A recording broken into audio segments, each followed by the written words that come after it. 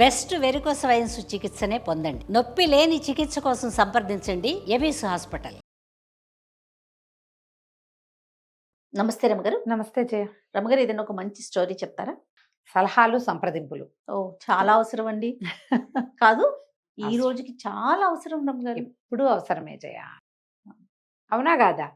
మరి సమాజం ఎలా ఉండేది అప్పుడు? ఇప్పుడేముందమ్మా, దౌర్భాగ్యపు సమాజంలో ఉన్నాం మనం. నిజమే రమగారు. ప్రతి చోట రూపాయి ఖర్చు పెట్టందే మనకు సలహా సంప్రదింపు కూడా రాదు. అదే కదా, మంచి మాట రాదు. ప్రతిదానికి ఖర్చు పెట్టాలి మనం. అవునా కాదా? కాబట్టి ఆ కాలం వేరు, ఇది వేరు. ఇప్పుడు అడుగుతున్నాం మనం సలహాలు, కార్పొరేట్ ఐడియాస్ అవన్నీ కూడా మనం సలహాలు తీసుకుంటున్నాం. పెయిడ్ ఐడియాస్ ఉన్నాయి. సలహా సంప్రదింపుల మీద ఒక కథ. ఒక పల్లెటూరులో ప్రదీపుడని ఒక మోతుబరి రైతు ఉండేవాడు. భార్య, కుమారుడు, కుమార్తె, బాగుండేది, సంపన్నుడు.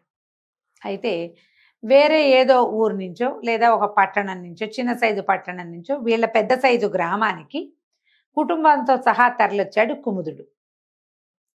వచ్చి పక్కన ప్రదీపుడు పక్కింట్లో చేరాడు. ఒకరోజు ప్రదీపుడు ఇంటికి వచ్చి, నేను మీ ఊర్లోకి వచ్చేసాను, ఇక్కడ ఉండబోతున్నాను, నువ్వు చాలా తెలివిగలవాడని అందరూ చెప్తున్నారు, మరి ఇక నుంచి నీ సలహా సంప్రదింపు నాకు తప్పకుండా కావాలి, నీ సలహాలతో ఈ ఊర్లో సెటిల్ అయ్యి జీవితాన్ని ముందుకు తీసుకెళ్లాలనుకుంటున్నా, ఇక్కడ స్థిరపడాలనుకుంటున్నాను అన్నాడు.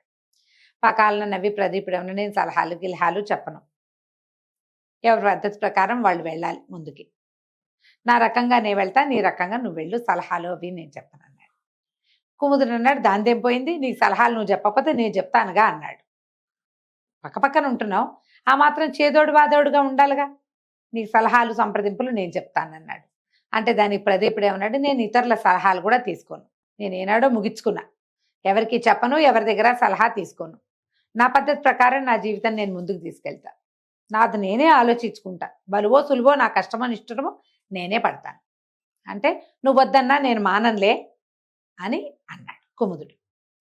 కొన్ని రోజులు గడిచి ఓ రోజు కుముదుడు వచ్చి, నువ్వు లక్షాధికారి అన్నారు, నీ దగ్గర 1,00,000 రూపాయలు ఉన్నాయట, మరి ఎందుకు ఆ డబ్బు పెట్టెలు పెట్టి మూల కొడతావు, శుభ్రంగా వడ్డీ వ్యాపారం చేసుకోవచ్చుగా, వ్యవసాయం మీదే బాగా సంపాదించావు, వడ్డీ వ్యాపారం చేసుకోవచ్చు కదా నువ్వు అనేసరికల్లా ప్రదీపుడు అన్నాడు, వడ్డీ వ్యాపారం ఏం సులువు అనుకున్నావా, ఎవరైనా అవసరాల్లో ఉండే అప్పుకొస్తారు, తీర్చగలిగేదే ఉంటే వాడు అసలు అప్పుకే రాడు, అంతేగా, తీర్చగలిగేది ఉండదు కాబట్టే అప్పుకొస్తాడు. అప్పుకొస్తే మనం వాళ్ళ దగ్గర నుంచి డబ్బులు వెనక్కి తీసుకోవాలంటే చాలా కటువుగా ఉండాలి వాళ్ళతోటి, వాళ్ళకి కష్ట నిష్ఠూరం మనం పట్టించుకోకూడదు, అప్పిచ్చేవాడికి కష్ట నిష్ఠూరాలు పట్టవు, నా డబ్బు నాకు కావాలంతే, వడ్డీ కూడా అలాగే వసూలు చేసుకోవాలి, డబ్బులు అలాగే వసూలు చేసుకోవాలి. నేనేదో సాత్వికుడిగా పేరు పొందా, ఇప్పుడు నా దగ్గర డబ్బులు ఉన్నాయని నేను అప్పిచ్చి రేపొద్దున క్రూరుడుగా నేను ఎట్ట మారను, అది మనలాంటి వాళ్ళకి లాయకీ కాదు, నేనైతే చెయ్యను, నా డబ్బులు నా దగ్గరే ఉంటాయి, ఏదో వ్యవసాయంలో మదుపు పెట్టుకుంటాను అంతే తప్ప నేను చేయను అన్నాడు. సరే, బాగానే ఉంది, సరేలే అని కుముదుడు వెళ్ళిపోయాడు. కొద్ది రోజులు పోయింది. ఈ ప్రదీపుడికి ఒక కూతురుంది, పిల్ల కొంచెం 18వ ఏడు 16వ ఏడు 18వ ఏడో వచ్చింది. మళ్ళా కుముదుడు ఒకరోజు సాయంకాలం కబుర్లు చెప్పడానికి వచ్చి అన్నాడు, చక్కగా మీ మీ అబ్బాయి, పిల్లవాడికేమో చదువైంది, మీ అబ్బాయికి చదువు అయిపోయింది కదా, పిల్లకు కూడా పెళ్ళిడు వచ్చింది, మీ అబ్బాయినేమో పట్నం పంపించు, మంచి ఉద్యోగం వస్తుంది, వాడి సంపాదన వాడు సంపాదించుకుంటాడు, రేపు పెళ్లి పేరెంటం అయితే కోడల్ని అక్కడికే పంపించేసేయచ్చు హాయిగా. ఈ లోపల పిల్ల ఉంది కదా, పిల్లకి కనుక ఒక లక్షణమైన సంబంధం చూసి ఇల్లరికం తెచ్చుకుంటేవా, అల్లుడు వచ్చి వ్యవసాయం అది చూసుకుంటాడు, నువ్వు కూడా కోడలి పంచనా కొడుకు పంచనా ఉండక్కర్లా, ఇది నీ ఇల్లుగానే ఉంటుంది, అల్లుడు ఇల్లరికి అల్లుడుగా ఉంటాడు, నీ కథే నడుస్తుంది, అతను మీ అల్లుడు అవుతాడు కానీ మీ ఇంటికి ఓనర్ అవ్వడు, బాగుంటుంది అన్నాడు. అనేసరికి ప్రదీపుడు అన్నాడు, ఇంకా నయం కాదు, మా అబ్బాయి చదువు అయిపోయింది, ఏదో చదువుకోవాలి ప్రతివాడు, అవకాశం ఉన్నన్నాళ్ళు చదివించారు, వ్యవసాయం సంగతి వాడే చూసుకోవాలి, ఈ ఆస్తికి ఉత్తరాధికారి వాడు, బాధ్యత తీసుకోవాలి వాడు, నాతో పాటు వ్యవసాయంలోకి దిగి, కుర్రాడు కాబట్టి వాడు కొంచెం కొత్త కొత్త ఆలోచనలు చేసి వ్యవసాయంలో కొత్త విధానాలు చూసి పొలం పెంచుకుంటాడు, వ్యవసాయం పెంచుకుంటాడు, ఇంకో 10 మందికి పని ఇస్తాడు. పట్నం వెళ్తే వాడేం చేస్తాడు, చిన్న గదుల్లో వాటిల్లో ఉండాలి, పిల్లాడు పంపను, తర్వాత పిల్లకి పెళ్ళి, ఇల్లరికపటి అల్లుడు గనక నేను తెచ్చుకున్నానంటే అమ్మా నాన్న ఉన్న నాళ్ళు భర్త పరాయివాడిగానే ఉంటాడు పిల్లకి. ఓ పెళ్లి చేస్తే భార్యాభర్త ఒకటిగా ఉండాలి, మా ఇంట్లో మహారాణిగా ఉంటుంది మా అమ్మాయి, యువరాణిగా ఉంటుంది. అల్లుడు చుట్టంగా ఉంటాడు. వాళ్ళిద్దరికీ భార్యాభర్తల బంధం ఎట్లా పొసుగుతుంది? పొసగదు. పిల్లని ఇల్లరికం తెచ్చుకునే ఉద్దేశం లేదు. పెళ్లి చేసి ఆమెకు కొంత ఆస్తి ఇచ్చి పంపిస్తే వాళ్ళ ఇల్లు వాకిలి వాళ్ళకు ఉంటాయి. భార్యాభర్త ఒక రకంగా ఉంటారు. ఆ ఇంటికి ఆ అమ్మాయి యువరాణి అవుతుంది, పని చేసుకుంటుంది. ఎప్పుడైనా రావడానికి పండక్కి పబ్బానికి పుట్టిల్లు ఘనంగా ఉండనే ఉంది. 2 ప్లేసులు ఉంటాయిగా పిల్లకి అన్నాడు. ఏమిటో నీ తెలివి అని కుముదుడు వెళ్ళిపోయాడు. ఇది బాగానే ఉంది. కొద్ది రోజులు పోయాక ఏమైంది, ఊళ్ళో బందిపోటు దొంగలు పడుతున్నారని వార్త వచ్చింది. మళ్ళీ కుముదుడు సాయంకాలం పూట ప్రదీపుడికి కనపడ్డాడు. ఏమన్నాడు? దొంగలు పడుతున్నారు రోయ్, నీ దగ్గర బోల్ డబ్బు ఉంది, డబ్బంతా ఎక్కడైనా దాచేసి ఇనపెట్టె ఖాళీగా ఉంచేసి సరిపోతుంది, డబ్బులు దాచేసి ఎక్కడైనా గొయ్యి తీసి పాతిపెట్టి గుర్తుగా పెట్టుకుంటే సరిపోతుంది అన్నాడు. అనేసరికి ప్రదీపుడు అన్నాడు, ఏడ్చినట్టుంది. ఇప్పుడు మన ఇంత కలిగిన ఇల్లు, ప్రతివాడు దొంగ ఊళ్ళోకి వచ్చేటప్పుడు దొంగల దారిగా రాడు వాడు. ఈ ఊళ్ళో మోతుబరి ఇళ్ళేవి, ఆస్తిపరుడు ఎవడు మామూలు వాడు, ఎవరి దగ్గర బంగారం ఎక్కుంది, ఎవరి దగ్గర డబ్బు నిలవుందో చూసుకునే వస్తారు. ఇంత పెద్ద ఇల్లుండి ఇనపెట్టెలో ₹1 లేకపోతే వాడు మన చావదని ఎక్కడుందో తీస్తాడు. ఈ ప్రమాదంలో ఏదైనా గట్టి దెబ్బ తగిలితే పోతాం కూడాను. అంతే. అందుకని ఇనపెట్టెలు ఖాళీ చేయకూడదు, ఎంతో కొంత ఉంచుకోవాలి. మాది ఎక్కడో దాచుకోవాలి. నేను ఎక్కడ దాస్తాను, నేనేం మార్గం అవలంబిస్తాను నేను నీకు చెప్పను, నువ్వు నాకు చెప్పక్కర్లేదు. నీ ఏర్పాటు నువ్వు చేసుకో, నా ఏర్పాటు నేను చేసుకుంటాను. ఇనపెట్టెలు ఖాళీ చేయటం అంత తెలివి తక్కువ పని ఇంకొకటి లేదన్నాడు. కుముదుడు చేతులు తిప్పాడు, సరే అని వెళ్ళిపోయాడు. ఇంతలో ఏమైంది, ఆ ఊరి జమీందారు గారు రంగారాయుడు గారికి తల్లి ఉంది, ఒక 75 ఏళ్ళ ఆవిడ కిందెట్టు మీదెట్టుగా ఉందని చెప్పారు. అయిపోయింది అని ఒకడెవడో బ్రహ్మాండ వైద్యుడు ఒక ఆయన వచ్చి ఆవిడకి ఏదో వైద్యం చేశాడు. ఆవిడ శుభ్రంగా కోలుకుంది. అయిపోయింది అనుకున్న మనిషి మళ్ళీ వాకిట్లో తిరిగి గుళ్ళో కూడా వచ్చే స్థితి వచ్చింది. తల్లి కోలుకుందని ఆయన బోల్డ్ అంత సంతర్పణ చేశాడు. మా అమ్మ ఉండగానే ఆవిడకి ఎంత బాగా చేస్తానో ఆవిడ కోసం ఆవిడ తెలుసుకుంటుందని సంతర్పణ పెట్టాడు. ఊళ్ళో ఉన్న వాళ్ళందరికీ ఉత్తరాలు వస్తే కుముదుడు వచ్చి ఏం చెప్పాడు, ప్రదీపుడికి జమీందారు గారు కేకేశాడు కదా, పొట్టిగా చిన్న బళ్ళ మీద వెళ్తే ఏం బాగుంటుంది, శుభ్రంగా ఒక గుర్రబండి చేయొచ్చు, ఘనంగా ఉంటుంది, మనం గుర్రబండిలో వెళ్ళొచ్చు కుటుంబంతో పాటు. వెళ్ళాక తర్వాత గుర్రబండిని అటు ఇటు మనం తిప్పడానికి రవాణాగా కింద వాడుకోవచ్చు, వ్యాపారానికి వ్యాపారం కూడా అవుతుంది, ఈ ప్రోగ్రాము కుదురుతుంది. చాలా మంది చేస్తారు కదా, ఎక్కడికైనా వెళ్ళాలంటే అప్పటికప్పుడు ఏర్పాటు చేసుకుంటారు. అనేసరికల్లా ఇతను అన్నాడు ప్రదీపుడు, నా వల్ల కాదు, జమీందారు 100 మందిని పిలిచాడు, అందులో మనం ఒకళ్ళం. ఈ గొప్పకు పోవాల్సిన అవసరం ఏముంది? అవసరం లేదు. పైగా ఈ గుర్రబండి మనకేమైనా అలవాటా పడా? వ్యాపారస్తులు, నేనేమో వ్యవసాయదారుణ్ణి. ఈ గుర్రాలు, దాని మాలిష్లు, దాని వ్యవహారాలు నాకు అవంతా తెలియవు. దాంతో వ్యాపారం చేయటం నాకు చేత కాదు, నేను ఆ పని పెట్టుకోను.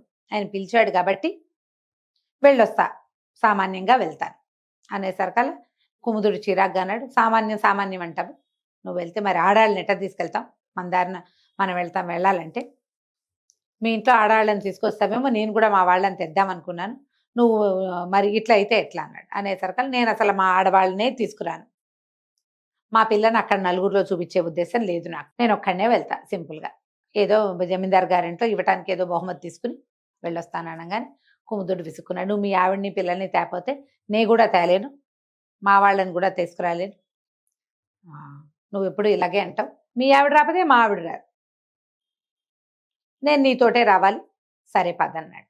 ఇద్దరు ఏదో సింపుల్గా బయలుదేరి అక్కడికి వెళ్ళారు. తీరా అక్కడికి వెళ్తే ఆయన ఎంతమందినో పిలిచాడు. అక్కడ పిచ్చ తొక్కిడైపోయింది, నానా గందరగోళం, ఆడవాళ్ళు ఎంత అవస్థపడ్డారో ఆ ఫంక్షన్లో. పైగా ఏమైంది, కొంత చిన్న వానబడి చిత్తడిగా అయ్యి అతిథులు రాకపోకకి ఇబ్బంది అయ్యి ఈ వచ్చిన వాళ్ళ అతిథులు ఉన్నారే వాళ్ళ బళ్ళని కూడా వాడేశాడు జమీందారు. వీళ్ళు గనక ఒక బండి పెట్టుకుంటే ఆ బండిని ఆయనే వాడుకునేవాడు కదా, అంతేకా, ఆడవాళ్ళని తెస్తే ఆడవాళ్ళు ఇబ్బంది పడేవాళ్ళు కదా. వీళ్ళిద్దరు అమ్మయ్య బతుకు జీవిడా మనమే వచ్చామని చెప్పి ఆ తెచ్చిన బహుమతి ఏదో ఇచ్చి ఓ ముద్ద భోజనం చేసి అక్కడ చేసిన అతిథి మర్యాదల కంటే అతిథుల్ని రాజుగారు వాడేసింది, వీళ్ళు ఇచ్చిన గిఫ్ట్లు అవే ఎక్కువైనాయి. ఇప్పుడు వీళ్ళు గిఫ్ట్లు మర్యాదగా తీసుకెళ్తారు. ఆయన జమీందార్ గారు ఎంత చక్కటి భోజనం పెట్టి, ఎంత చక్కటి విశ్రాంతినిచ్చి, ఎంత బాగా చేయాలి. ఆ బాగా ఏం లేదు, అదేమో సున్నా, వీళ్ళు ఇవ్వడం ఎక్కువైంది. ఓకే. అక్కడి నుంచి బయలుదేరి వెనక్కి వచ్చేసారు కాదు. ఊళ్ళోకి రాగానే ఊరంతా గల్లంతుగా ఉంది. ఏమిటి, దొంగలు పడ్డారు ఊళ్ళో. అయ్యో. కుముదుడు పక్కింట్లో పడి, పక్కింట్లో ఇనపెట్ట ఖాళీగా ఉండేసరికి వాళ్ళని చావచిత కొట్టారు. కుముదుడి ఇంట్లో కూడా దొంగలు వచ్చారు. ఇనపెట్టలో 10,000 క్యాష్, 2 తులాల బంగారం దొరికింది. ఈ కుముదుడు వాళ్ళ ఇంట్లో 10,000 ధనము, డబ్బులు, 2 తులాల బంగారము, కొంచెం వెండి దొరికినాయి. అవి పుచ్చుకుని బయటకు వచ్చేసారు దొంగలు. ఈ బయటకు వచ్చే సమయానికి ఊరి కాపలాకి ఒక యువసేనని ఏర్పాటు చేసి పెట్టుకున్నారు వీళ్ళు. ఏమిటి, ఊళ్ళో గస్తీ తిరుగుతారు కుర్రాళ్ళు. ఆ కుర్రాళ్ళలో ఒకడు ఈ దొంగల్ని చూసేశాడు. చూడంగానే వాడు పెద్ద పెద్దగా కేకలు పెట్టి శంఖాలు ఊది, బాకాలు అవి ఊదేశాడు. అన్ని పక్కల నుంచి కమ్మేసి యువసేన కుర్రవాళ్ళంతా కలిసి దొంగల్ని పట్టేశారు. పట్టి కొట్టారు, కొంతమందిని కట్టేశారు. వాళ్ళ దగ్గర నుంచి డబ్బులు ఓడలాక్కున్నారు. వాళ్ళు ఓం ప్రథమంగా వచ్చింది ఏమిల్లు, కుముదుడి పక్కిల్లు, కుముదుడి ఇల్లు. కుముదుడి పక్కింట్లో దెబ్బలు తగిలినాయి. కుముదుడి ఇంట్లో 10,000 బంగారం వాళ్ళు పట్టుకొచ్చి ఇచ్చేశారు వీళ్ళకి. వీళ్ళు వెళ్ళేసరికల్లా ఇది ఏర్పాటు అట్లా జరిగింది. ఆ పక్కింట్లో ఉన్న వాళ్ళకి ఏదో వైద్యం చేయించారు. ఈ దొంగలందరినీ పట్టేసి గ్రామాధికారికి అప్పచెప్పారు. పెడరెక్కలు విరిచిగట్టేసి కుముదుడు, ప్రదీపుడు పక్క పక్కన నిలబడ్డారు. తెలివిగానే చేసావు, 10,000తో పోయింది, దొరికిందిగా అన్నాడు ప్రదీప్. నువ్వు నాకు కూడా సలహా ఇవ్వబోయావు, నాకు సలహా ఇచ్చావు పెట్టి ఖాళీ చేయమని, నువ్వు మాత్రం చేయలేదు అన్నాడు. అనేసరికి కుముదుడు నవ్వాడు. నీ సలహా తీసుకున్నాగా అని అనేసరికల్లా ప్రదీపుడు అన్నాడు, నేను ఎక్కడ సలహా ఇచ్చాను నీకు, నేను ఏనాడు నీ సలహా ఇవ్వలేదు, నీ సలహా తీసుకోలేదు అంటే కుముదుడు నవ్వాడు పక్కపక్క. కానీ నేను మాత్రం నీ సలహా తీసుకున్నా. మొదటి రోజు నుంచి నేను నీ సలహా తీసుకుంటూనే ఉన్నా. నేను ఎప్పుడు నీకు చెప్పలేదు కదా అన్నాడు ప్రదీపుడు. నువ్వు చెప్పలేదు, కానీ నేను నిన్ను అడిగా కదా. మొదటి రోజు ఏమడిగాను నేను, వడ్డీ వ్యాపారం చేయొచ్చు కదా అని అడిగా. నువ్వు వడ్డీ వ్యాపారం వల్ల వచ్చే సమస్య ఏంటో చెప్పావు. నేను వడ్డీ వ్యాపారం చేసే ఆలోచన మానేశా. ఒకటి. రెండోది, నా కొడుక్కి చదువైంది, అతన్ని పట్నం పంపిద్దాం అనుకున్నాను. నువ్వు పట్నం పంపించకూడదు, వ్యవసాయంలో పెడితే కొత్త పిల్లలు చేరితే వ్యవసాయం పెరుగుతుందన్నావు. ఆ పని చేశా. మా అబ్బాయిని వ్యవసాయంలోనే పెట్టా. పిల్లకి ఇల్లరికం తెచ్చుకోవాలనుకున్న అల్లుడిని, వాళ్ళు ఇల్లరికపటి అల్లుడు వస్తే పిల్ల కాపురం బాగుండదని నువ్వు చెప్పావు. అందుకని నేను ఇల్లరికం మానేసి బయట సంబంధమే చూశా. డబ్బులు ఎక్కడ పెట్టాలి అని నేను నిన్ను అడిగాను. ఇనపెట్టి ఖాళీ చేయమని నేను నీకు చెప్పా, కానీ నువ్వు అది కాదు, కొంత డబ్బు ఉంచి మిగిలింది దాచాలన్నావు. నేను కేవలం 10,000 నుంచి 90,000 దాచిపెట్టాను. నాకు చెప్పొద్దన్నావు, నేను నీకు చెప్పలేదు. అన్ని సలహాలు తీసుకున్నాడు. అక్కడి నుంచి జమీందారింటికి ఎలా వెళ్లాలో బండి నువ్వు వద్దన్నావు, భార్య బిడ్డల్ని తీసుకెళ్లొద్దన్నావు, సింపుల్ గా వెళ్ళాలన్నావు. నువ్వన్నవే నేను పాటించాను. నేను నీ సలహా తీసుకుంటూనే ఉన్నా. ఏం చేయను అని నిన్ను అడగల, ఇది చెయ్యి అని నీకు చెప్పా. చెయ్యొచ్చో కూడదో, చేస్తావో చెయ్యవో నువ్వు చెప్పావు నాకు. ఇది సలహాయేగా. ప్రదీపుడికి నవ్వొచ్చింది. ఊరి నీ కడుపుడక నీకు ఎన్ని తెలివితేటలు అంటే, అవును మరి, నువ్వు నేను ఇరుగు పొరుగు ఉన్నావు, అన్నదమ్ముల్లాగా పక్కపక్కన ఉన్నావు. మా ఇంట్లో అక్కడికి నువ్వు, మీ ఇంట్లో అక్కడికి నేను రావాలి. ఒకళ్ళనొకళ్ళు సలహా సంప్రదింపులు చెయ్యాలి. నువ్వేమో సలహా సంప్రదింపు చేయనన్నావు. నాకు కావాలి. అందుకని నేను నా ప్రతి ఐడియా నిన్ను చేయమని చెప్పా. నువ్వు ఆ ఐడియాలో ఉన్న లోసుకు నువ్వు నాకు అర్థమయ్యేలాగే చెప్పాను, నేను అది చేయటం మానేశాను. బాగుంది కదా అంతే. ప్రదీపుడికి సంతోషం వచ్చింది, నవ్వు వచ్చింది. అక్కడి నుంచి అన్నాడు, సరే మన ఇద్దరం సాయిదా ఫాయిదాగా వెళ్దాం, ఇక నుంచి ఏదైనా మనం సంప్రదించుకుందామని. ఆనాటి నుంచి ఇద్దరు స్నేహితులు అన్నదమ్ములుగా ఉండి ఒకరి సమస్యకి ఒకరు సమాధానం చెప్పుకుంటూ సంతోషంగా గడిపారు. కథ కంచికి మనం ఇంటికి. చాలా చాలా బాగుందండి. నమస్తే రమ్య గారు. నమస్తే జీ.